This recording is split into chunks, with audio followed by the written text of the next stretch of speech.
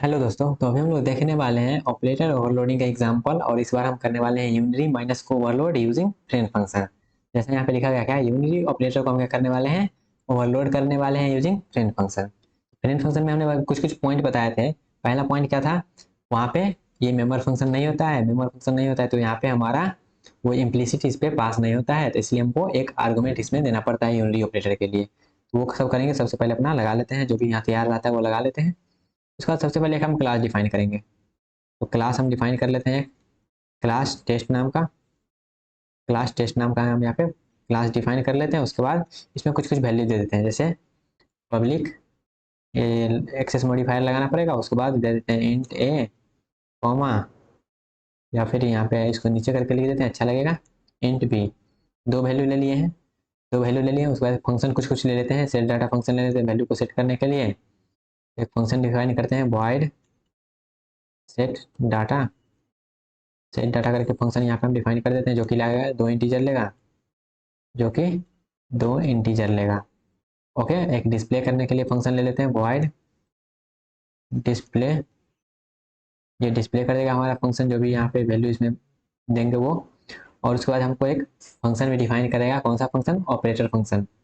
Operator function, तो operator function को कैसे हम यहाँ पे डिफाइन करेंगे, क्योंकि ये मेरा क्या है, क्योंकि ये मेरा मेंबर फंक्शन नहीं है। मेन फंक्शन मेरा मेंबर फंक्शन नहीं होता है। तो मेंबर फंक्शन नहीं है तो डायरेक्टली हम इसको आउटपुट कर लेंगे नहीं, डायरेक्टली वो नेगेटिव करेगा नहीं। तो यहाँ पे हमको एक रिटर्न टाइप यहाँ पे क्या रहेगा, मेरा रिटर्न टाइप लेना पड़ेगा, क्योंकि रिटर्न करवाएंगे हम इससे। रिटर्न जब हम करवाएंगे इसमें, तो रिटर्न जब करवाएंगे तो यहाँ पे रिटर्न टाइप भी देना पड़ेगा। और क्या रिटर्न करवा रहे हैं, ऑब्जेक्ट को रिटर्न करवा रहे हैं। ऑब्जेक्ट को रिटर्न करवा रहे हैं तो ऑब्जेक्ट का डाटा टाइप क्या होता है, उसका क्लास नेम। तो यहाँ पे क्लास नेम उसका डाटा टाइप देंगे। उसके बाद यहाँ पे लिखेंगे क्या, ऑपरेटर। ऑपरेटर लिखेंगे, ऑपरेटर के बाद उसका सिंबल लिखेंगे। तो ऑपरेटर का सिंबल माइनस वाला को ओवरलोड करने वाले तो माइनस लिख दिए।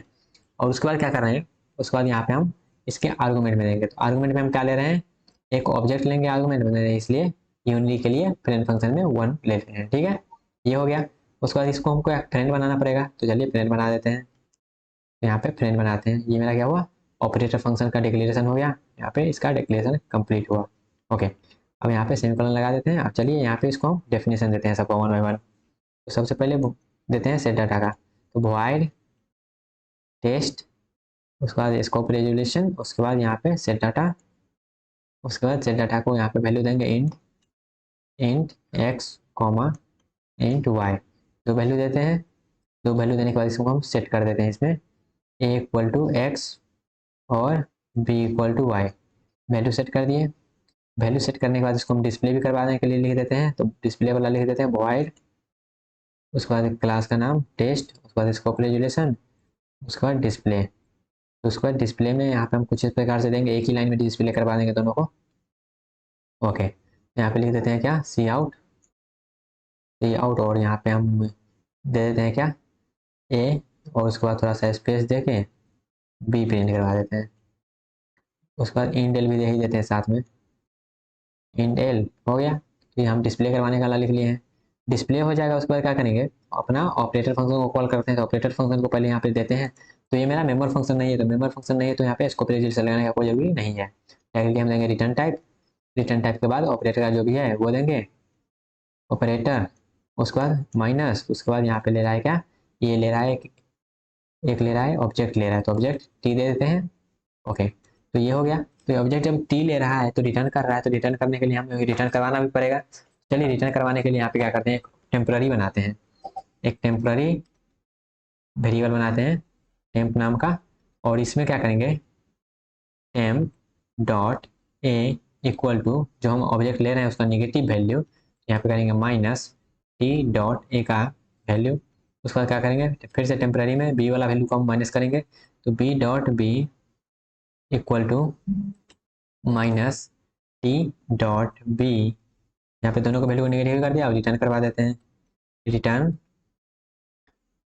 यहाँ पे रिटर्न क्या कर देंगे, रिटर्न कर देंगे हम टेम्पररी, टेम्पररी को रिटर्न कर देंगे। तो इससे मेरा क्या होगा, वैल्यू को रिटर्न करके वो माइनस कर देगा। उसका क्या करेंगे, यहाँ पे पहले फंक्शन कॉल करते हैं, तो एक यहाँ पे बना लेते हैं अपना टेस्ट T1। और उसके बाद क्या करेंगे, T1 डॉट सेट डाटा कर देते हैं। ओके, सेट डाटा कर देते हैं। सेट डाटा में क्या करेंगे इस बार, सेट डाटा में कुछ भी कर देते हैं, 5,6 कर देते हैं। 5,6 कर देते हैं सेट। और उसके बाद क्या करेंगे, डिस्प्ले करवा लेते हैं T1 डिस्प्ले, यहाँ पे डिस्प्ले करवा लेते हैं। ओके गाइस, बैटरी लो बता रहा है तो ये कर लेते हैं। उसके बाद यहाँ पे हम डिस्प्ले करवा के देख लेते हैं पहले वैल्यू को। ओके, तो यहाँ पे हम पहले डिस्प्ले करवा के इसका वैल्यू को देख लेते हैं, एनालाइज कर लेते हैं। ओके, उसके बाद क्या करेंगे, अपना ऑपरेटर फंक्शन को कॉल करेंगे। ये हो गया गाइस, तो यहाँ पे वैल्यू आ रहा है अभी। तो यहाँ पे वैल्यू में क्या आना चाहिए, 5 और 6 वैल्यू प्रिंट होकर आना चाहिए, क्योंकि यहाँ पे हम 5 और 6, तो यहाँ पे देखिए 5 और 6 मेरा क्या आ रहा है, प्रिंट होकर आ रहा है। ओके, तो अब हम क्या करेंगे, यहाँ पे अपना ऑपरेटर फंक्शन को कॉल करते हैं। तो ऑपरेटर फंक्शन मेरा नॉर्मल फंक्शन है तो इसको डायरेक्टली कॉल कर सकते हैं। यहाँ पे देंगे डायरेक्टली कॉल करते हैं ऑपरेटर, ऑपरेटर और उसके बाद माइनस। तो यहाँ पे ये रिटर्न करेगा, तो रिटर्न करवाने के लिए एक ऑब्जेक्ट हमको डिक्लेयर करना पड़ेगा। तो यहाँ पे डिक्लेयर कर देते हैं T2, T1 और T2 हम डिक्लेयर कर देते हैं। तो यहाँ पे लिखते हैं T2 इक्वल टू, T2 में यहाँ पे हमारा स्टोर होगा, ये जो रिटर्न करके देगा वो।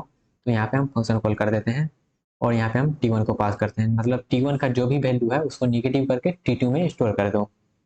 T1 का जो भी वैल्यू है उसको निगेटिव करके T2 में स्टोर कर दो। अब यहाँ पे हम करते हैं T2 डॉट डिस्प्ले। तो यहाँ पे मेरा आउटपुट आना चाहिए एकदम सही सही। तो यहाँ पे चलिए इसको हम रन करवा लेते हैं। तो एक में आना चाहिए 5,6 और एक में आना चाहिए -5,-6। ये हमको रिटर्न करके आना चाहिए। तो ये हम देखिए मेरा आउटपुट आ रहा है एकदम सही, -6 और -5 करके मेरा आ रहा है। ओके गाइस, तो इस प्रकार से हम क्या करते हैं, फ्रेंड फंक्शन में आपको यही ध्यान देने वाला है। इसमें एक ऑब्जेक्ट को हम इसमें इनपुट लेते हैं। उसके बाद यहाँ पे हम एक टेम्पररी वेरिएबल बना के इसमें क्या करते हैं, अपना काम करवाते हैं। ओके, तो इसमें यही ध्यान देने वाली बात है। और यहाँ पे जो टेम्पररी वेरिएबल बनाए हैं उससे हम क्या कर रहे हैं, उसके डॉट लगा के उसको एक्सेस कर रहे हैं उसके वैल्यू को। उसके बाद उसको हम निगेटिव कर रहे हैं। और इसमें ये फ्रेंड फंक्शन को हम डिक्लेयर कैसे किए हैं, यहाँ पे हम लिख देते हैं operator overloading friend function. Friend function, friend function को हम यहाँ पे क्या कर रहे हैं, ओवरलोड कर रहे हैं। ओके, ये दोनों तो मेरा नॉर्मल फंक्शन ही है, ये दोनों से आप फेमिलियर हो ही गए होंगे। उसके बाद यूनिटी ऑपरेटर को हमने क्या किया, फिर से एक बार समझ बता देते। सबसे पहले हम ए और बी को बनाए हैं। उसके बाद सेट डाटा और डिस्प्ले करके हम एक सेट डाटा करने के लिए, ए और बी को सेट करने के लिए, डिस्प्ले हम उसको प्रिंट करवाने के लिए किए हैं। उसके बाद फ्रेंड फंक्शन के जरिए हम क्या कर रहे हैं, इसको ओवरलोड कर रहे हैं। तो फ्रेंड फंक्शन में हम एक आर्गूमेंट लेते हैं यूनिटी ऑपरेटर के लिए, और यही अगर बाइनरी ऑपरेटर रहता तो हम 2 आर्गूमेंट लेते हैं। ठीक है, वो हम नेक्स्ट में देखेंगे जब करेंगे तब बाइनरी वाला। उसके बाद फ्रेंड फंक्शन के जरिए हम इसको प्रिंट बना दिए हैं।